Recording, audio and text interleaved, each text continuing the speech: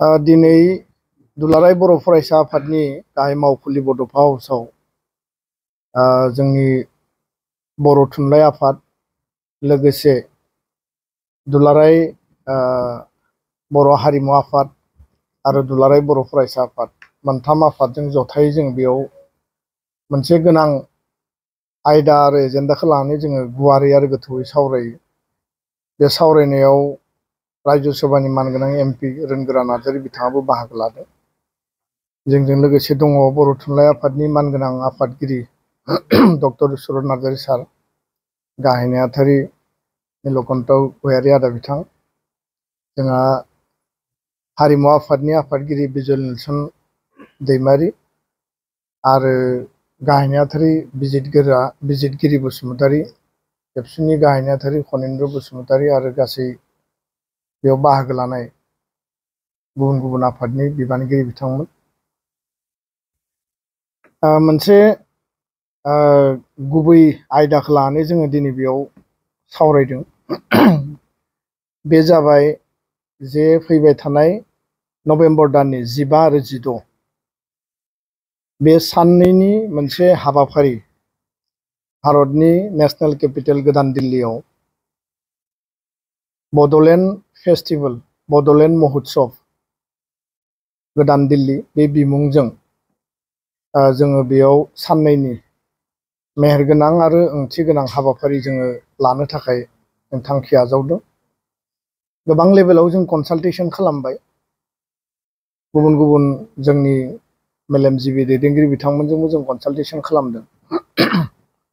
जाहोना जाबाय जे बे साननैनि हाबाफारियाव भारताव थानाय, आसामाव थानाय आरो सा सानजा भारताव थानाय, आसामनि अनगायैबो वेस्ट बेंगल, मेघालय, नागालेण्ड बा त्रिपुरा आरो भारतनि बाहेरायाव बांलादेशआव, नेपालाव, मेसे बे गासैबो बर' ग्रुपनि बा बर' मुल्य आरो गुबैयै बर' बे गासैखौबो मोनसे आमब्रेलायाव लाबोनानै जोङो नेशनेल केपिटेलाव बर' हारिनि आइडेन्टिटि, बर' हारिनि जोंनि इउनिटि, खौसेथि, बर'नि जि मोनसे कालचार आरो जोंनि जि राव, लेंगुवेज, जोंनि हिस्ट्रिखौ जोङो बेयाव एस्टाब्लिश खालामनो थाखाय अलरेडि गासैबो बिथिङाव जोङो एस्टाब्लिश खालामनो, जोङो साबना हामनाय साबसिनै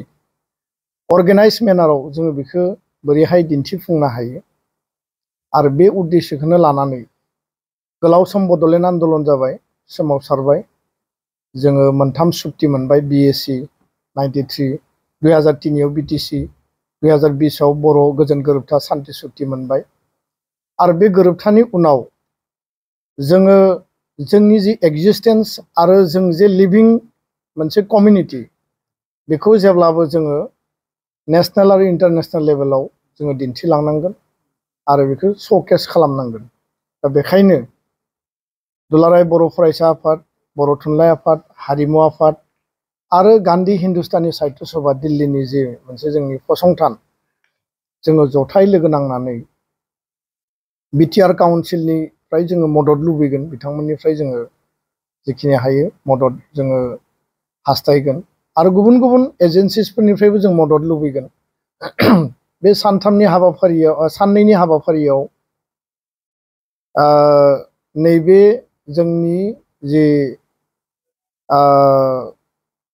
दिल्लीनि जि मेहेरगोनां हाबाफारि, बेयाव गिबि सानाव 15 नभेम्बराव जोङो दासिम जोङो थांखि लादों भारतनि मानगोनां प्रधान मन्त्रि नरेन्द्र मदि बिथांखौ हांख्रायनो थाखाय, बा जोङो भारतनि राष्ट्रपति मानगोनां द्रौपदी मुर्मु बिथांखौ, आरो नङाबा हम मिनिस्टार अमित शाह बिथांखौ।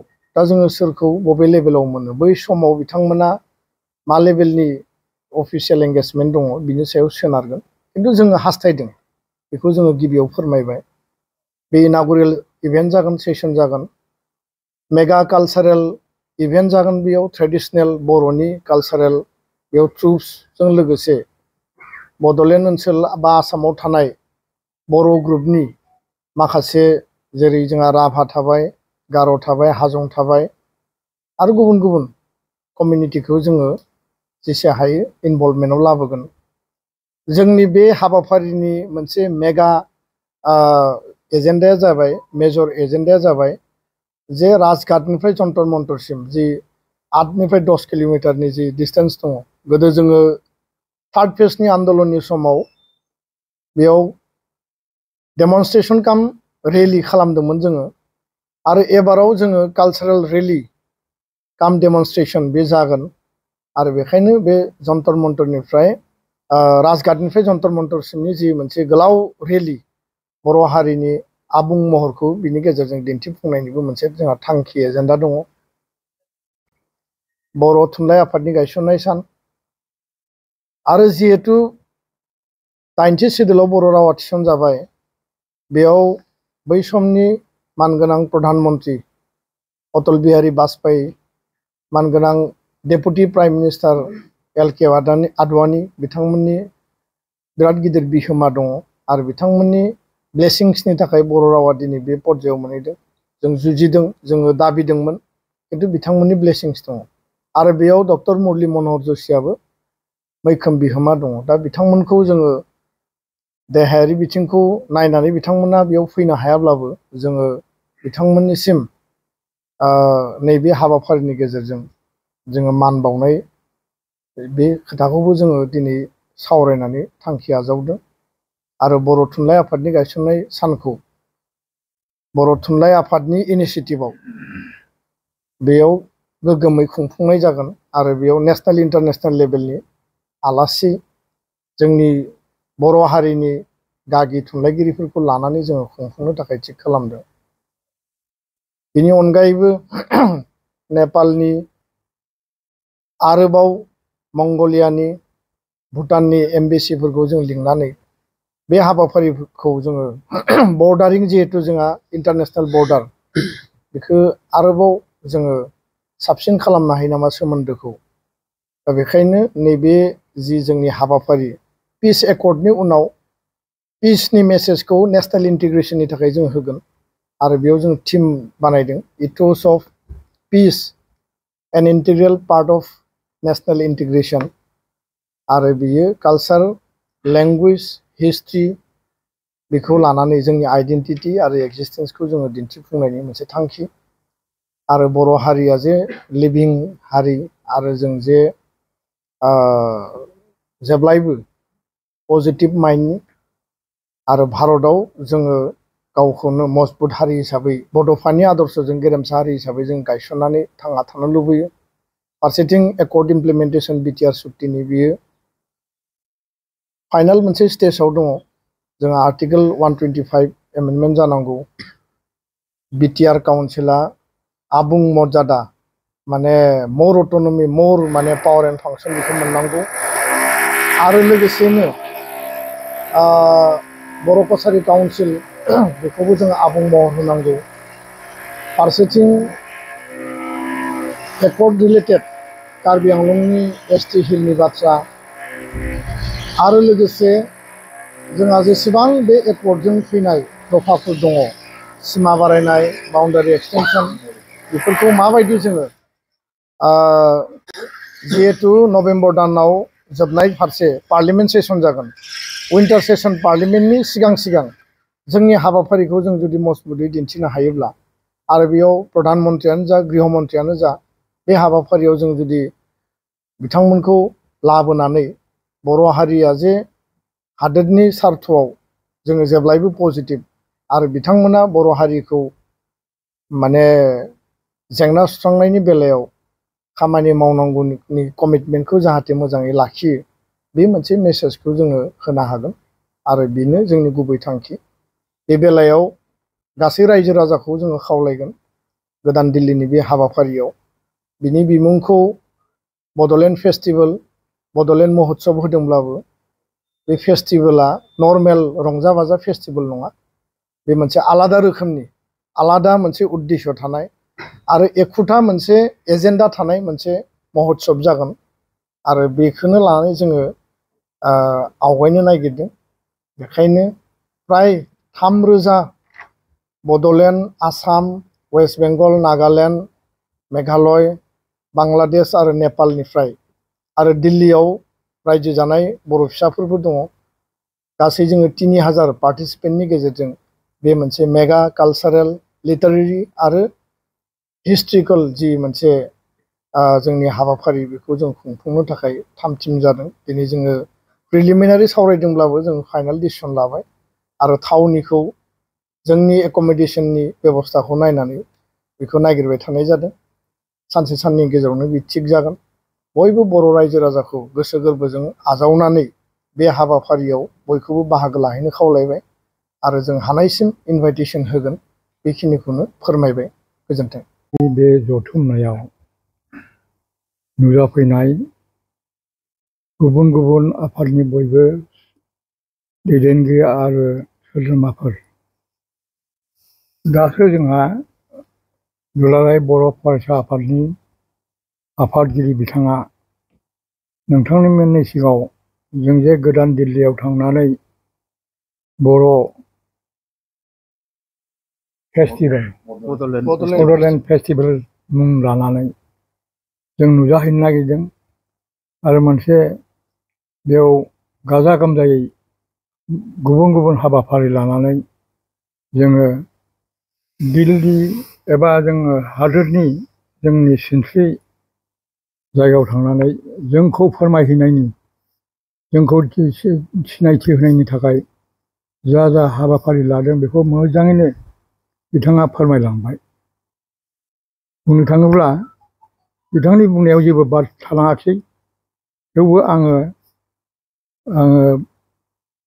थुनलाइ आफादनि आफादगिरि महरै आं फंनैसो बाथ्रा बुंनो नागिरदों। दिनैनि बे जोंनि बड'लेण्ड फेस्टिभेल जाहैगोन, बेखौ जोंनि आफादनिफ्राय जोङो गोसो गोथारै गोसो गोरबोयै जों बरायनानै लाबाय। बरायना लानायनि ओंथिया बेनो जादों जे बेबादि दिल्लीयाव थांनानै जोङो जोंनि गोसोनि खोथा बेखौ फोरमायहैनाया बे गोदान बाथ्रा नङा।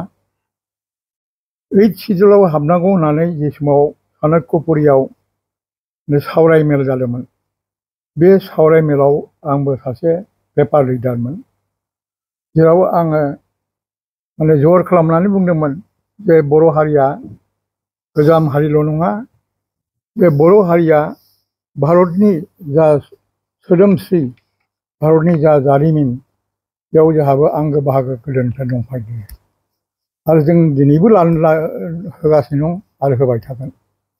बेनिखायनो जोंनि रावखौ 8 सिडुलाव सोआब्ला भारतहाबो मोनसे खहा दं आरो जोंखौ नाख्रेबनानै दोननाय जागोन, बे बाथ्राखौ बुंदोंमोन।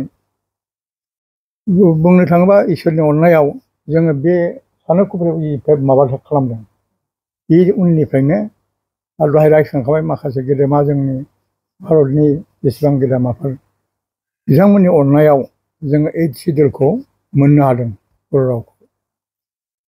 आरो डेट टेकेन बिनिफ्राय फारि लानानै बे 8 सिडुलखौ मोननाय लोगो लोगो गासै दरजा गेवजोबनाय बादि जों आवगायबोनो हानाय बादि आं मोनदांदों। दा डेभेलपिं कन्डिसन स्टेजाव थानायाव जों जुदि थाबथायोब्ला होमबा जों डेभेलप जानो हानाय नङा। जों डेभेलप स्टेजसिम थांनानै जोंनि हारिखौ सिनायथि होहैनायनि, जोंनि हारिनि गेजेरजों जोंनि जेसेबां भारतनि जे हादोर, बे हादोराव जोंहा जे मोनसे बिहोमा दं बेखौ फोरमायनायनि, आरो दाबो जोंहा बै जोंनि सिनस्रि जोंनि अथ'रिटि बिथांमोननि सायाव जोंहा गोबां सोनारनानै थानांगौ दाबो बे अबस्था दं आरो अरायबो थागोन।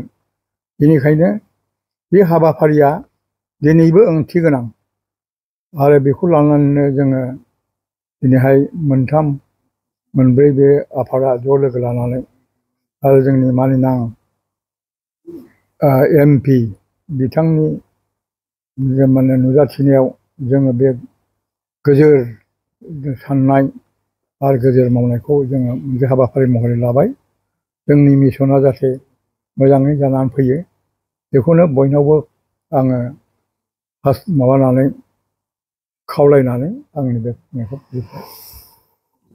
खुलुमबाय दिनै दुलाराय बर' फरायसा आफादनि नैबे बड'फा हाउसआव जोङो बर' माहारियारि आफाद, दुलाराय बर' फरायसा आफाद, बर' थुनलाइ आफाद आरो दुलाराय बर' हारिमु आफाद मोनथामजों मोनसे गिदिर थांखि लानानै जिरायदोंमोन आरो बे दायो जोबनानै फैबाय। दुलाराय बर' फरायसा आफाद आरो बर' थुनलाइ आफाद, दुलाराय बर' हारिमु आफाद बे मोनथामजों अराय सम लोगोसे दङ आरो हारिनि जायखिजाया खामानियाव जोङो लोगोसे आवगायबाय थादों। दा नैबे बर' थुनलाइ आफादनि जोनोम सान बे 10 नभेम्बरखौ थांखि लानानै गोदान दिल्लीयाव जा हाबाफारि लादों मोनथाम आफादजों लोगो नांनानै बे जोबोद गोजोनथाव गोग्गाथाव हाबाफारि जागोन आरो बिनि गेजेरजों जोङो दुलाराय भारत हादराव जोंनि बर' माहारिनि जा गोहोम बेखौ एसेब्लाबो जोङो खिन्थिनो हागोन आरो आङो दुलाराय बर' हारिमु आफादनि आफादगिरि महरै जा हाबाफारि लादों बेखौ आङो गोसो गोथारै बरायदों। लोगोसे जोंनि लोब्बा आफाद दुलाराय बर' फरायसा आफाद आरो बर' थुनलाइ आफाद बिथांमोनखौ आङो गोसो गोरबोजों साबायखर बावदों आरो दुलाराय बर' हारिमु आफादनि जेसेबां मावथिफोर दङ जों साफ्रोमबो बे हाबाफारियाव बाहागो लागोन आरो बे हाबाफारिया जाहाथे फिथाइ थानाय जायो आरो बिनि गेजेरजों बर' हारिया आगानसेब्लाबो जौगानो हायो भारत हादराव दिन्थिनाय हिसाबै आं बेखौ आसा फारिबाय आरो नोंथांमोन साफ्रोमखौबो आरोबाव खेबसे साबायखर बावनानै आंनि बे सुंद' फोरमायथि आरो गोजोनग्लायनाय होनाय बेयावनो फोजोबबाय। गोजोन्थों।